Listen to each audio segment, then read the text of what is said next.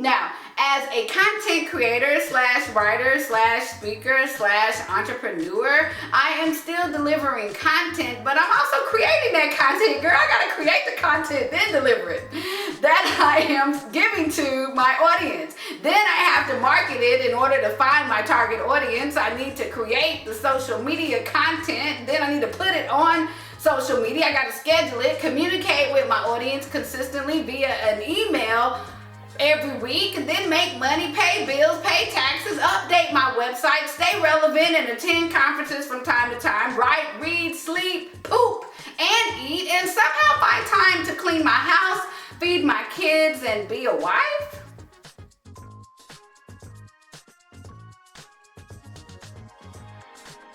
Hey sis, welcome to the Entrusted Women podcast, a one-point podcast created to equip Christian women communicators of color. Every episode focuses on a single point to equip you in one of 4 areas: purpose, writing, speaking, and business. Along the way, I will share stories, lessons, tips, mistakes, and real-time experiences that I am learning, girl, on my journey as a Christian woman communicator of color. Now, let's dive into episode 37. Today's point is, if you are going to grow, you will need a team, honey. Yes, you will. When I started blogging several years ago, I had no idea what I was getting into. I might have thought twice about it.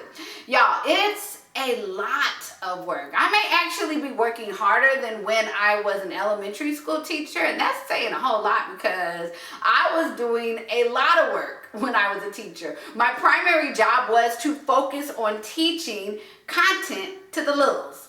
The content was given to me, and I just needed to come up with creative ways to deliver it to my students, aka my then target audience.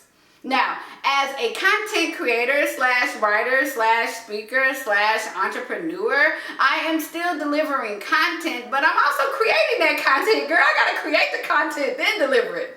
That I am giving to my audience. Then I have to market it in order to find my target audience. I need to create the social media content. Then I need to put it on social media. I gotta schedule it, communicate with my audience consistently via an email every week, and then make money, pay bills, pay taxes, update my website, stay relevant, and attend conferences from time to time, write, read, sleep, poop, and eat, and somehow find time to clean my house, feed my kids, and be a wife? Sis, this is hard work. This is why I will tell any and everybody, child, you need a team. But before you start looking for a team, there are some foundational steps that you need to take. Number 1, you need to know who you are and who you serve. I know I've said it 1,000 times. I'm going to say it again. I'm saying it one more time because it is so important.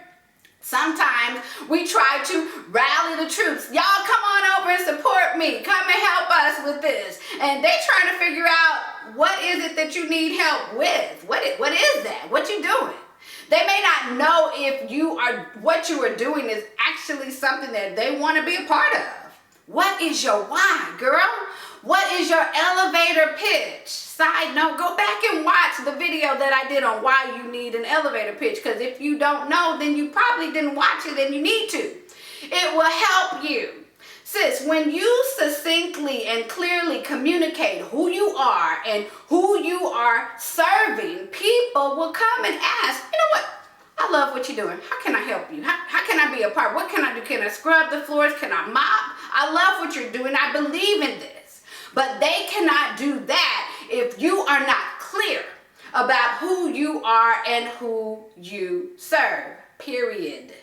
Number 2, what are your duties and responsibilities? Listen, for years I ran around like a chicken with my head cut off, doing things but not really able to articulate what I did every day.